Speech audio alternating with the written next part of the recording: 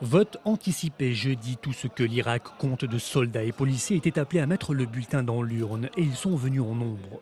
Prisonniers et personnel de santé participaient aussi à ce tour de chauffe préliminaire au grand vote de dimanche.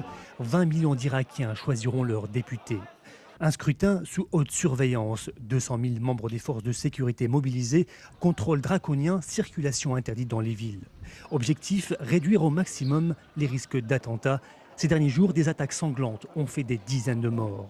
Principal enjeu des élections, la participation, surtout celle des sunnites qui devraient retrouver le chemin des urnes après les avoir boudés en 2005 lors des premières législatives de l'après-Saddam. Je pense que le plus fort taux de participation sera dans les provinces à majorité sunnite, parce que les sunnites veulent un rééquilibrage. Ils ont perdu beaucoup lors de la dernière élection. Le Premier ministre chiite Nouri el-Maliki se dit sûr de sa victoire, mais avant ça, il devra d'abord l'emporter sur ses anciens alliés chiites et surtout sur la liste laïque conduite par l'ancien Premier ministre Iyad Allaoui, fortement populaire chez les sunnites.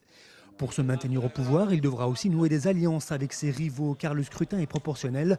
Il ne permet donc pas de dégager une majorité absolue. Quel qu'il soit le futur chef du gouvernement, aura la lourde tâche de remettre l'économie sur pied. Les Irakiens attendent les retombées des immenses revenus du pétrole. Le peuple irakien veut la stabilité, la sécurité, des soins, nous voulons de l'électricité, de l'eau, des services. Le vote de dimanche représente un test pour la jeune démocratie irakienne. Incompétence et corruption minent ses institutions, un défi majeur pour les quelques 6200 candidats qui briguent les 325 sièges du Parlement.